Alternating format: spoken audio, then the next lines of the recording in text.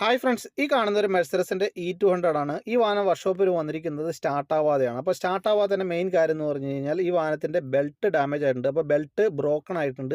അപ്പോൾ ബെൽറ്റ് സാധാരണ പൊട്ടിക്കഴിഞ്ഞാൽ നിങ്ങൾക്ക് എല്ലാവർക്കും തന്നെ അറിയാം, വാഹനത്തിൻ്റെ ഓൾട്ടർനേറ്റർ ചാർജ് ആവത്തില്ല. അപ്പോൾ ചാർജ് ആവാതെ വന്നു കഴിഞ്ഞാൽ വാഹനം സ്റ്റാർട്ട് ആവത്തില്ല എന്ന് നിങ്ങൾക്ക് എല്ലാവർക്കും തന്നെ അറിയാം.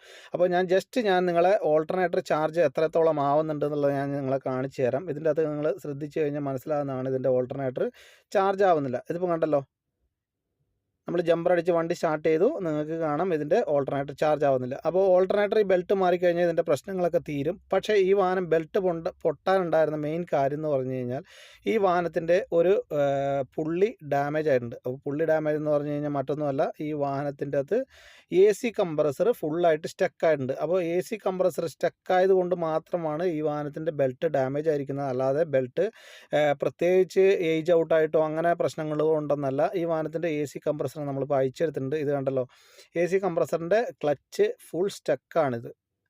അപ്പോൾ നമ്മളിപ്പോൾ AC കംപ്രസർ മാറണം. അപ്പോൾ AC കംപ്രസർ മാത്രം മാറ്റിയാൽ പോരാ, ഇതിൻ്റെ എക്സ്റ്റൻഷൻ വാൾവും കണ്ടൻസറൊക്കെ അഴിച്ച് ക്ലീനിങ്ങും കാര്യങ്ങളും എല്ലാം തന്നെ ചെയ്യണം.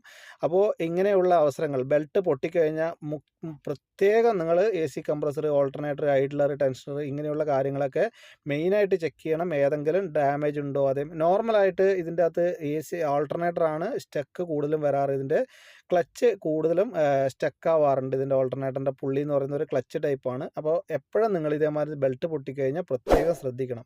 അപ്പോൾ ഈ വീഡിയോ നിങ്ങൾക്ക് ഇഷ്ടപ്പെട്ടെങ്കിൽ ഉപകാരപ്പെട്ടെങ്കിൽ ചാനൽ സബ്സ്ക്രൈബ് ചെയ്യുക, എന്നെ സപ്പോർട്ട് ചെയ്യുക. Thank you for watching.